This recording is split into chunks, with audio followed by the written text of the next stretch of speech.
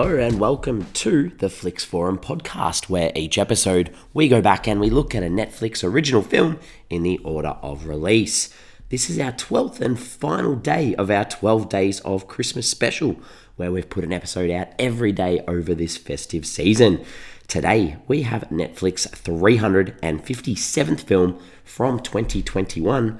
It's the Christian musical romance called A Week Away. This one is directed by Roman White and stars Bailee Madison, Kevin Quinn, Jahbril Cook, Kat Connor-Sterling, David Koechner, Sherri Shepherd, Iain Tucker, Amy Grant, and Stephen Curtis Chapman. I'm Jesse and I am your host. Thanks for joining me today for this special bonus episode. As I said, this is our last day of our 12 Days of Christmas, and I guess what a fitting way to end it with a Christian musical. Wow, we're there. This has been a big couple of days, so thanks for joining me for this ride. Let's kick off this show with the Fast Flicks, where we do a quick little summary of what the film is all about. So this one's about a young boy who goes to Jesus camp to turn his life around. That's a pretty ordinary Fast Flicks, but that's what this film's about. All right, let's get into it. So, how did this end up on Netflix? What's some information about it? The translations for this film around the world in Spanish and Turkish, it's called The Camp of My Life. Interesting. In Portuguese, it's called The Week of My Life. In Greek, it's In a Week. In Hungarian, it's called The Summer of My Life. In Japanese, Russian, and Ukrainian, it's called Summer Camp. And in Vietnamese, it's called A Week of Summer Sunshine. How sweet. They sometimes do miss the mark in Vietnam. All right, this film, it introduces songs of Christian artists such as Michael W. Smith, Amy Grant, and Stephen Curtis Chapman to a younger generation with modern renditions of famous songs like The Great Adventure, Dive, Baby Baby, and Place in This World. There is a scene in the film, it's a lifeguard scene, and the lifeguard in this scene, the song's called Dive. It's actually Stephen Curtis Chapman who wrote the song and sang the original song as well. The film was a 21-day shoot that featured more than 100 extra campers for the big musical numbers in this film too, and parts of the film were filmed at the YMCA camp Wurundjeri in Nashville, Tennessee. Unlike other productions where different elements are spread out across the country or done virtually, the Week Away film had rehearsals, filming, and music recordings all done in the one location. Both the producers and the cast agreed that creating all the elements at one location at a real functioning summer camp added an air of authenticity to the production. Actor Kevin Quinn, who plays Will in the film, originally auditioned for and was cast as Sean. I know we haven't spoken about the characters yet, but Sean's almost the villain of the film. However, due to experiences in his own life, particularly the loss of a close friend, Kevin Quinn actually felt a stronger connection to the character of Will, so he asked to re-audition for that role. Interesting little thing there too. Actor Bailee Madison, who plays Avery, she's been acting since she was a little girl, so summer camp wasn't actually a part of her childhood. Working on the film felt like making up for lost time for her, and she felt like a kid in a candy store. Looking back on the experience of filming, Bailee was thrilled to be surrounded by people her own age, since she has spent so much of her career primarily acting alongside colleagues much older than her. The producer, Steve Barnett, said, "We didn't set out to make a Christian film. We wanted to make a film that had Christian elements that have universal appeal." And we'll probably talk a little bit about that as we break down the film a little bit further. Adam Watts said that we set up a recording studio in one of the buildings at the camp. The cast would be rehearsing the scenes and learning all the choreography in one building, and in between, they'd run over to our makeshift studio for hours at a time to record their vocals. The choreographer, Melina Rouse, said each number had only between 2 to 4 rehearsals before shooting. We had to work fast and give it our all each time. Something really magical happens once you get all your dancers in the space and give them room to put themselves and their personalities into the project. Something bigger than the steps happen, and that's what makes the film so exciting, she said. In the film, the camp counselor who gives Presley the bag of peas to put in her eye is Amy Grant. So again, another sort of cameo, because Amy Grant sang the song Baby Baby, originally the Christian song as well. So some interesting things there.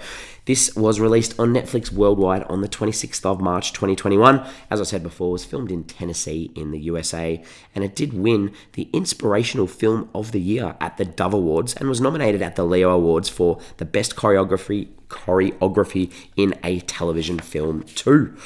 All right, what are the critics and audiences saying about this film? On Rotten Tomatoes, it is rotten. It sits at 58%. That's on 24 reviews from critics. Audience, complete opposite. It sits at 89%. That's on more than 250 ratings. So that's an awful lot. IMDb, again, audience ratings. It sits at a 5.8 out of 10. That's on 5,500 ratings. Letterboxd, it's a little bit lower, 2.3 out of 5 on a bit over 9,000 ratings. But it has been logged by 13,000 people. Then if we look at Metacritic, this is where the critics sort of tie in a little bit with Rotten Tomatoes.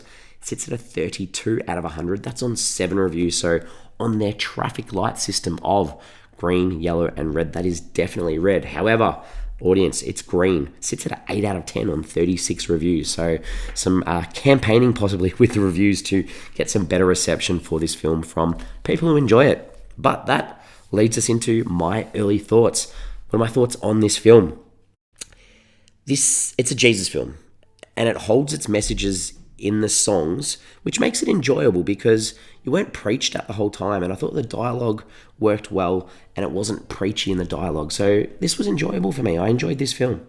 Alright, let's talk about some characters in this one. So we've got Avery. Avery is our main female protagonist, and her dad David, he owns this camp that this whole film's set at, and together they struggle with the loss of his wife and her mother, and I think there's a couple of nice moments about that too, but she's super competitive, but she can see the good in everyone, and she doesn't like the word perfect because she thinks perfect is impossible, and is sick of trying to be what people want from her, or what they expect from her too. And that's where Will comes along. And this film, we start off with Will getting in trouble with the law, and he's an orphan, and he's always on the wrong side of the law. He apparently in the last 6 years has been to 7 different schools and has lived in 22 different homes. So this is a kid that does the wrong thing. And he's stolen this police car at the start. So the decision is he either goes and spends a week at this summer camp with this family who's willing to take him in, or he goes to juvie. So he mentions he always has an exit plan, and this is brought up many times because obviously that's a part of his life and some of the trauma and some of the situations he's been in. He needs to run from situations when things get too hard. But that leads us into George, who's sort of like his adoptive brother, who takes him under his wing and takes him to the camp, as well as George's mother, who we'll talk about soon. But George, I guess he's a full-on geek. He has a crush on this girl Presley at the camp as well, who is Avery's best friend, but he doesn't know how to talk to her. So that's a little storyline in this film too. So Presley, we find out she actually has a crush on George too. So realistically, it shouldn't be too hard for them to get together. Sean, I mentioned earlier on, but Sean's like the soft villain of this film. He doesn't like losing. He always wins the summer camp games that they hold each year with his little crew that follow him around. He's super competitive, and he likes to show off that he does good as well. He volunteers his free time saving narwhals. Yes. So the two adults in this film, Kristen, who is George's mum, she works at the camp. She's the one that goes and helps Will and picks him up from the police station, offers to take him. So obviously does good things. And David is Avery's dad, who adds some humour to the camp as he runs the camp, especially through his PA announcements each morning. The director of this film, Roman White, has 45 directing credits, a lot of music video clips, including the recent clips for the star of this film, Kevin Quinn, as well as some clips for Justin Bieber, Taylor Swift, Blake Shelton. So this guy's been around the traps. He knows what he's doing with the camera. Let's talk about some scenes. What are some scenes that stood out? What didn't work in this one for me? So I think the opening credits were really cool. It was like this stop motion, colourful, bright with the music, got me involved straight away. And I guess I've got to say, I liked all of the songs, to be honest. I think the Saddle Up song had some really good choreography as well. There's a moment where George drops a line about his insecurities in the film with Will standing there, and he sort of says to Will, it's so easy for you, and Will's response is like, yeah, true. Just a funny little cocky line. There's a line in a song about the red team going to win because God loves them. I thought that was quite laughable. But David, the camp leader, follows it up with, this little humorous line that God loves us all equally. I thought that was clever. That was funny. There's a song about a leap of faith, and obviously this happens in the water and jumping into the water. I think the song's called Dive. That was just it was like a music video clip. That was really well done. George has this little makeover where Will sort of just rips his shirt off and puts sunglasses on him to make him look cool. That was funny. And then it goes into this little montage. That was like a Bruno Mars video clip, which then sort of cuts to George just in the bathroom still saying, nope, not doing it. Not going to go talk to Presley. I thought that was clever. And obviously now, even just doing this episode now, I'm thinking about the director and knowing the music video clips he does. You can see this in each of the songs. Quite clever. I did like that Will questions, at the end, he's sort of upset that his past has been revealed, and he's upset that Avery's not going to like him. And I really like that he questioned a god who hasn't been there for him in the past. So I thought that was a nice little addition too. Some things that I didn't like in this one. George, he does, like I said, he's a nerd, but he does this weird Yoda voice. That definitely did not work for me. Will, he gets put under this 5 questions or 5 minutes of fame or something where everyone asks him questions and he says his favourite movie is Twilight and his celebrity crush is Bella Swan. Please, come on. Oh man, this is 2021 when this came out. There's a moment where Will's outside in the morning just playing his guitar. He got up early and Avery just happens to walk past and then she says out loud, I was just walking. You did not need that line. Come on, please. And finally, there's like this paintballing, teaming up on Sean from Avery and Will. I thought it was really poorly shot. It was too much slow-mo. They were doing this Mr. and Mrs. Smith sort of thing. That didn't work for me either. Let's talk about some themes and some ideas in this film. Obviously, faith plays a big part in this, as well as friendship and love, and using these to get through struggles at time as well. The idea about being truthful with open communication plays an important part, especially with Will and explaining who he is. But obviously, too, you need kindness and forgiveness, and they're important things too. You shouldn't compromise your own character for another person's needs, but also the importance of needing to change and changing for the right reason. And finally, too, that idea of connection, bonding, family, making your own family. These are all really nice messages that are in this film. What did I take away from this film? I think with this being a Christian Jesus sort of film, I was so glad that Will and Avery kissed. I was worried that they wouldn't do that because sometimes you're not going to see that in this type of film. I would have felt so ripped off. So I think good on them for allowing it and doing it. That just gave some, satisfaction with the development of their relationship and these characters. A question, a pondering, an idea. Do you need to be religious to appreciate this movie? I think it's an interesting question. I don't think so. I think that the common themes of humanity are super important. And as I mentioned before, the religious connotations are the religious connotations are very explicit during the songs and the lyrics. So I think if you want to take those messages, you can. But if I watch it with the subtitle, so obviously I'm seeing all the words that come across the screen. But if you're just watching it and bopping along to the music and watching the actions on the screen, you're not necessarily going to feel like you're inundated with religious messages in this film. Which brings me to bring this whole show to a close and our 12 days of Christmas to an end. We give the film a rating out of 5. So for me, I probably would have frothed this film in my last few years of high school. I think that when I was 16, 17, I probably would have given this a 10 out of 10 and I probably would have watched it 100 times. I did go to a Christian school myself. Apart from school, I haven't really gone back there in the last 20 years, but the idea is I think if I'm just looking at this film for where I am now watching this film, I felt happy the whole time watching it and I was excited to see where it went. So for me, and the music's good. The music was good, so I'm giving this a 3.5 out of 5. Solid film for me.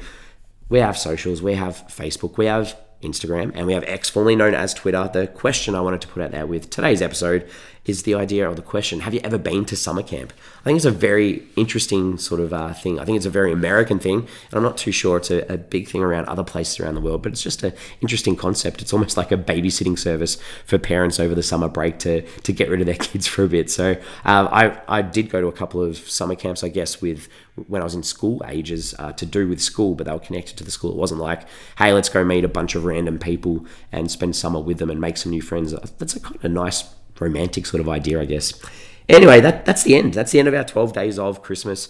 We're done. We're going to take a week and a little bit off to get back to our normal weekly schedule. So we will have an episode in about 8 days' time or so. And our next episode, it's a comedy from 2021. It's a hidden camera comedy called Bad Trip. This one is directed by Kitao Sakurai and stars Eric Andre, Lil Rel Howery, and Tiffany Haddish. Some big names in the cast there. I wonder if this one's going to make me laugh. I think that's what I've got to look at. A comedy coming up. Am I going to laugh? I really hope so. if you've stuck out the 12 days here, thanks for hanging out with me. Hopefully the next time I hear you, my voice will be a little bit better. But other than that, hope you've had a great festive season, enjoying time with your family wherever you are, and I will see you next week.